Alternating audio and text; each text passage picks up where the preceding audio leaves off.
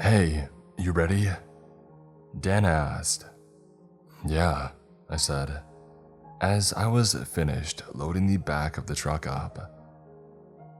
I had only moved into town a year back. It wasn't even something that I had been planning for, but the rising housing costs where I grew up made me want to move somewhere else rather than go back to crash with my parents.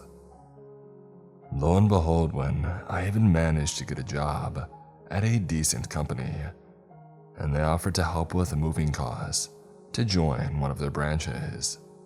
So, here I was.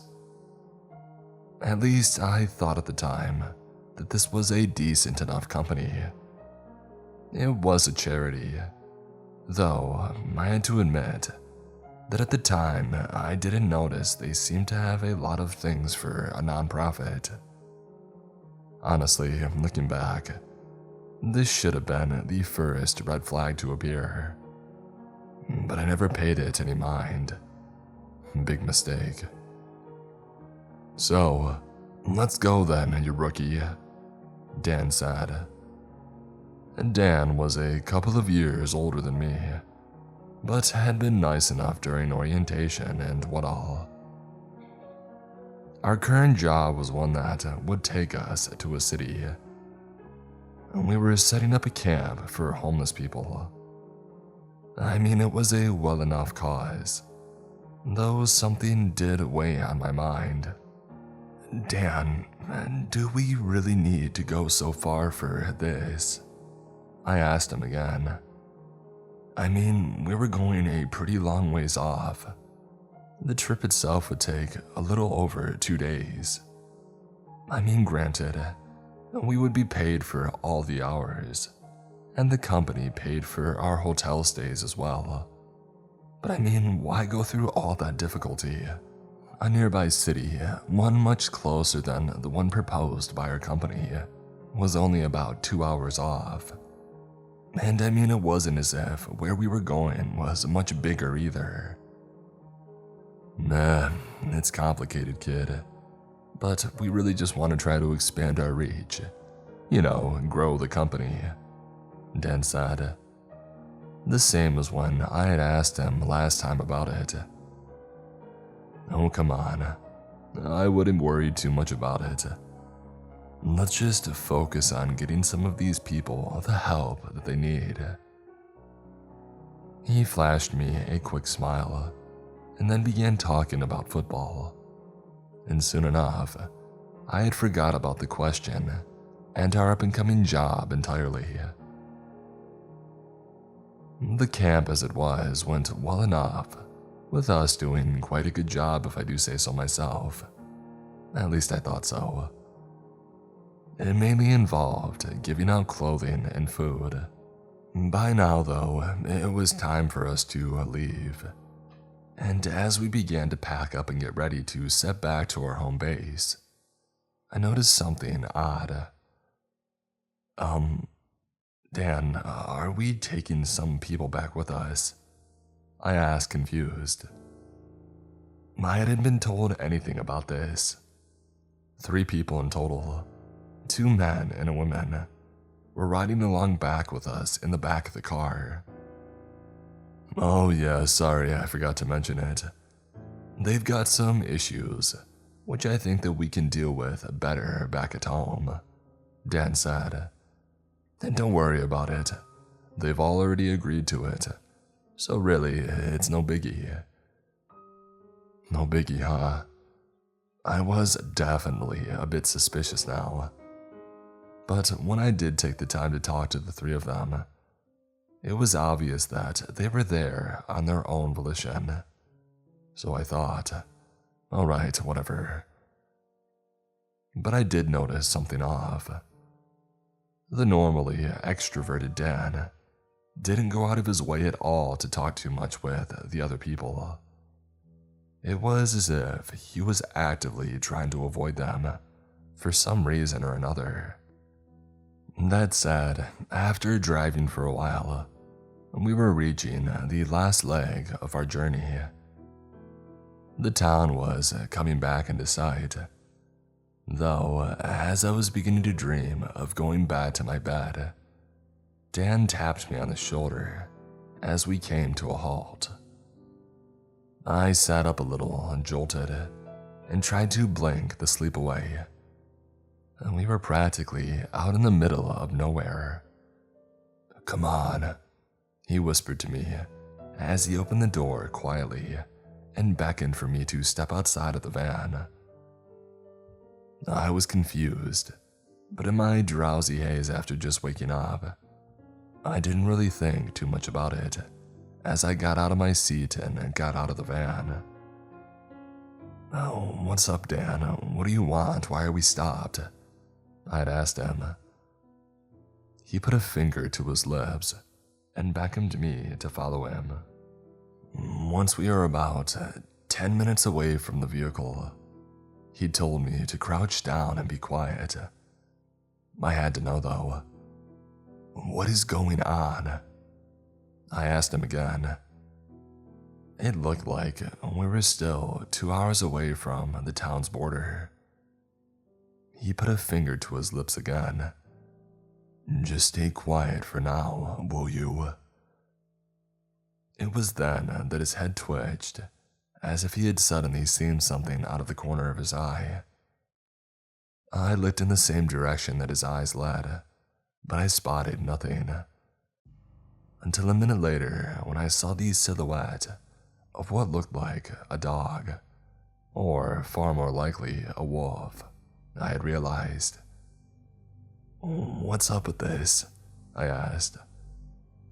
He put a finger to his lips once again, and he hissed at me this time. "Don't you know when to keep quiet?" "No, tell me what's going on, Dan," I said. He glared at me, but he seemed to soon realize that I was only going to keep making a ruckus if he didn't say something and tell me what was really going on. All right, just quiet down." "Do you know what a skinwalker is?" he asked me. I paused. I scratched my head. No. "It's an urban legend, that's what it is," Dan said. "At least I thought so too. They're kind of like vampires, I guess you could say. They're supposed to be people who betrayed their families for immortality, and they walk around wearing the skins of their victims, which usually ends up being animals. You'll find all sorts of different stories about them if you go and look on the internet. They have other powers too, mimicking voices of their victims, which is especially creepy. Trust me, you don't want to hear it in person." He shuddered a bit. "Well, what's this got to do with anything?" I asked. "Oh, come on, how do you not catch on by now? Long ago, this land used to belong to a Native American tribe," Dan continued on. "As you can imagine, they weren't at all very happy to give it up when the colonizers had arrived. Our side, I guess you could call it, realized that they were going to lose. And because of that, they made a deal with the devil. Or what devils are to the people that live around these parts. They invited some of the natives to a discussion in this area, and then they agreed to let the Skinwalkers in. I told you they were like vampires, right? They can't go onto someone's property without a formal invitation." A bead of sweat rolled down the back of my neck. I looked out at the horizon again. There were more wolves out there now. In exchange for getting rid of the natives, the original founders gave these skinwalkers blanket permission to wander into town and any house within its territory, Dan said. "And if they wanted to, they could get into our houses and kill every single one of us.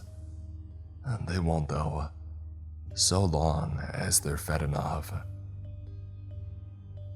I then soon realized why he had brought those people along with him, and why we had gone so far to pick up these certain homeless people, so that little attention would be paid if they were to disappear suddenly one day out of the blue.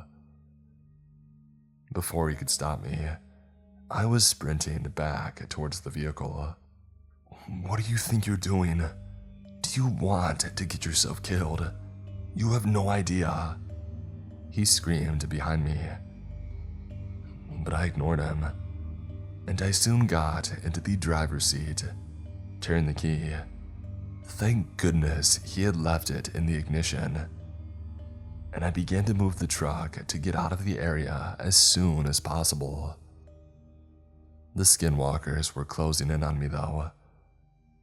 When I looked again, they no longer looked like the dogs or wolves from before, or even animals in general. They now looked like the misshapen creatures that they really were. I could tell, given the odd way that they were moving. As I slammed on the accelerator, I heard a loud thump on the roof of the truck, and then another loud crash to the side of me. One of them had gotten onto the roof of the car, but had soon fallen off. I turned my head for a brief second to look outside the window, and when I did, I saw it. There was a monster out there, running on all fours, somehow keeping up with me, even though it must have been going about 60 miles an hour. From glancing at it, it looked like a skeletonized human, kind of like those pictures of people who have nearly been starved to death, turned up to level 11, wearing the fur of a wolf on its back. In the rearview mirror, I could see two more of them trailing right behind me. I gulped, looked back out onto the road, and slammed the accelerator even harder, praying that I would make it out of this. Eventually, after a while of driving, it looked like they had either had enough of chasing me with no result to gain, or they had reached the boundary of whatever limit they could cross. However, it wasn't until the sun finally rose again that I finally took the time to breathe a sense of relief. I didn't even stop near the closest rest stop, gas station, whatever. I didn't want to risk it. I was too worried that it also fell into the jurisdiction of the Skinwalkers. I really had no idea what their true boundaries were. It was only when it was closer to midday, and I was nearly falling asleep at the wheel driving, that I decided to stop and take a break. I told the others who were in the van, who were quite confused by this point, to get out. From pure exhaustion, I think I slept for a whole day after that, and I told the others that it had all been canceled and that they had to go back to their own hometown. I tried forgetting about the place as much as I could, and for a while, honestly, it seemed like it had worked. Moving on, I got a new job at a different company. It wasn't the best, but it would do. Pay wasn't as good as the earlier one either, but hey, I never had to deal with supernatural creatures either, so I'll take it. I even began saving up for a down payment for a house. Things were really looking up at the time. One day though, curiosity got the better of me, and I asked around about the town. To my surprise, no one seemed to have heard anything about it, or heard from anyone living in it ever since, well, the incident. Anyone who had gone to investigate seemed to never return. It's given me a horrible feeling. Did I end up costing the lives of everyone in that town? Or is it that the Skinwalkers didn't kill everyone there, but they simply guard it so that no one can get in or out? I don't know which is worse, but I have no desire to find out. I can't even name the town. I don't want someone out there coming to hunt me in retribution if they have ties to the place. Let me give you a warning though. I think if you drive close to where I'm talking about, you'll realize what the town's name is. All I can say is, for your own safety, please stay as far away as possible from it.